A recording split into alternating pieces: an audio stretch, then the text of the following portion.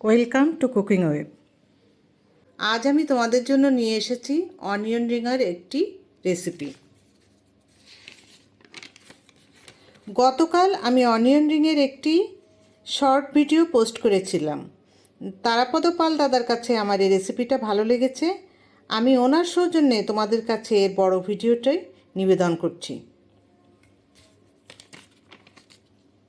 রেসিপিটা খুবই সহজ, উপকরণ লাগে কম, সব সময় ঘরে থাকা উপকরণ দিয়েই তৈরি করা যায়, সময়ও লাগে কম, কিন্তু খেতে দুর্দান্ত। এজন্য প্রয়োজন মতো পেঁয়াজ এভাবে কেটে নিতে হবে এবং এর অপ্রয়োজনীয় অংশগুলো বাদ দিতে হবে।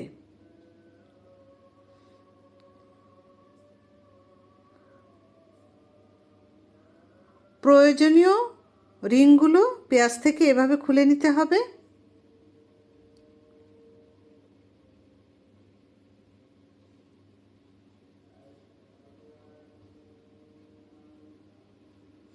এরপর পেঁয়াজের ভিতরে একটা পাতলা আবরণ থাকে, সেটা এভাবে তুলে নিতে হবে। না তুললেও খুব একটা অসুবিধা হয় না, তবে খুলে নিলে ভালো হয়।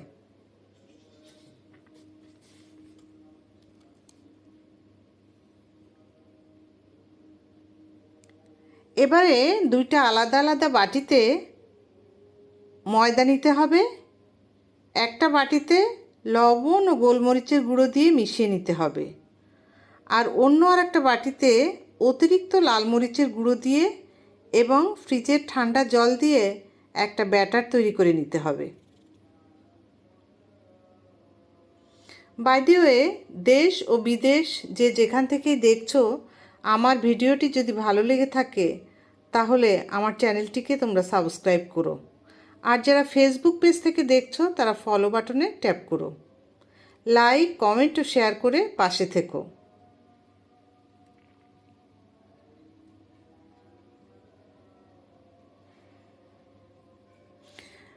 ব্যাটার করার সময় যদি ঠান্ডা জল না দিতে পারো তাহলেও খুব একটা অসুবিধে হবে না। কনসিস্টেন্সিটা দেখে নাও, এরকম হবে।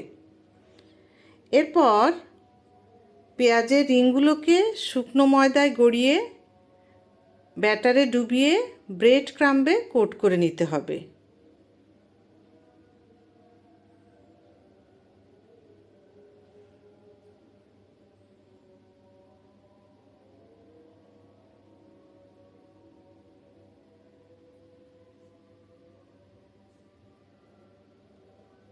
এভাবে সবগুলো রিং রেডি করে নিতে হবে।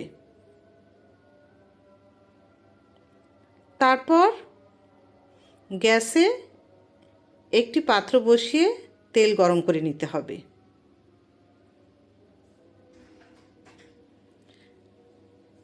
গ্যাসের ফ্লেমটা সবসময় থাকবে মিডিয়ামে।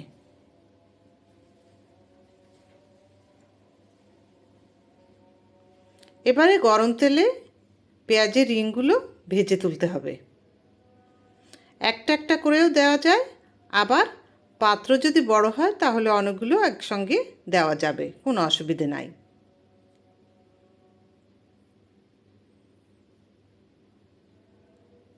দেখা হচ্ছে আগামী ভিডিওতে, সেই পর্যন্ত